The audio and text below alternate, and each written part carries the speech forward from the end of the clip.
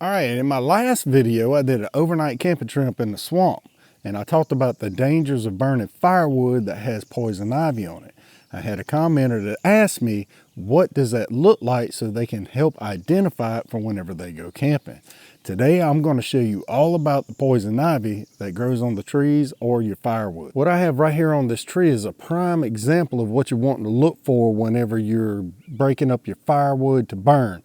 The vine may be dead and you may not get it by touching the vine, but once you burn it, the smoke will actually cause you to have the same kind of rash as if you touched the actual poison ivy itself.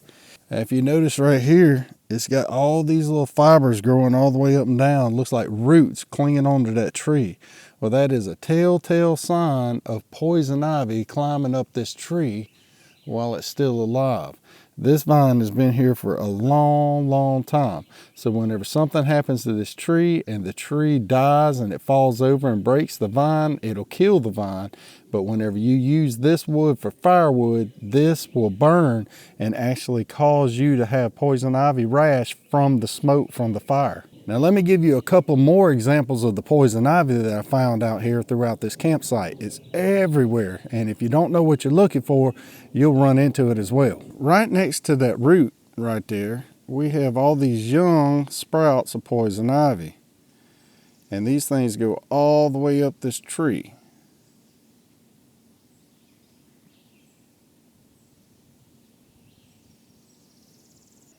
Now, poison ivy is one of the reasons why I usually recommend wearing a lightweight or scent lock type long sleeve shirt to where you could brush up against it and it's not going to cause you to have the rash.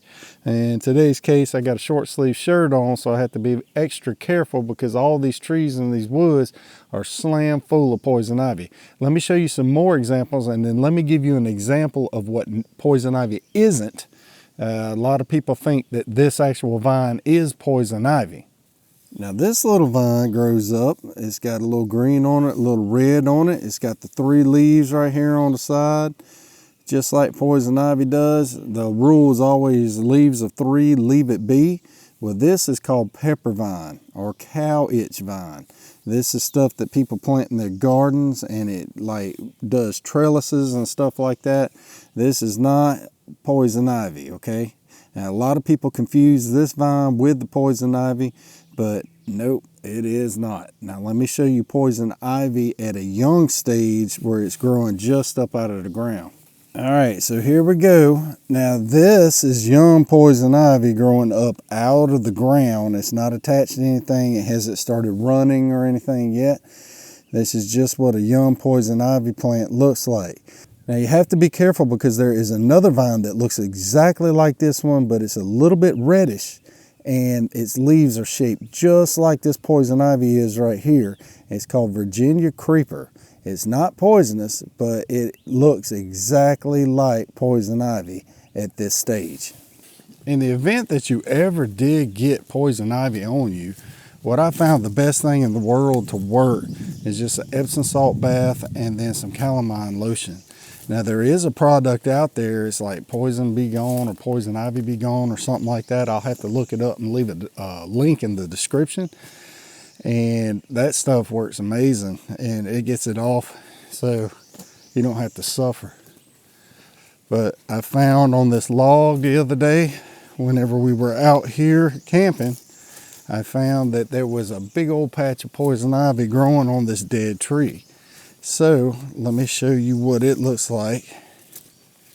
And it is nice and large here. This vine right here is dead because it is broke right there. So something broke that vine.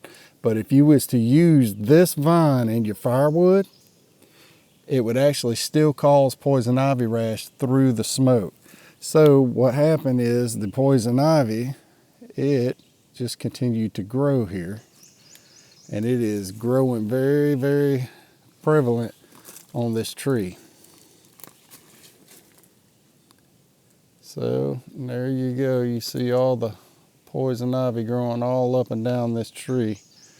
Now you have to be careful too when you look up on these logs and you're laying up on this logs. There's a little bitty line or a little bitty vine right here. growing up, and that is sure enough some poison ivy growing up right there. I haven't run into any of the Virginia creeper out here. Usually it's around your house or cultivated areas and stuff like that. So if I run into it, I'll show you. But let me give you one more example here of what not poison ivy is, or what is not poison ivy.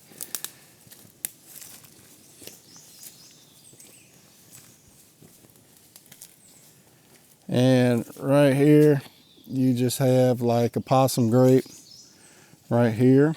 And if you look real close right there, you can see the grapes developing for later on in the spring. So that is not poison ivy. All right, so right here I ran into some more poison ivy. This one is hanging down. You see how it's hanging down from the tree there? It's hanging all the way from that tree, growing down the tree all the way up. And then when you come right here, this thing has berries. I don't know how well you can see that, but it's starting to do the poison ivy berries. And them things are gonna bloom and just make more poison ivy. All right, this place is crawling with the poison ivy, and I camped in it the other night. Fortunately, I didn't touch anything, and I did not come down with any poison ivy rash. So hopefully this gave you an idea of what I was talking about when I said identify the poison ivy before you burn the wood. That way you don't get an inhalation or get the smoke contact from the poison ivy. And if you got any questions, leave a comment. Go ahead and strike that like button. Let me know if you like this video, and I'll see you next time. God bless you.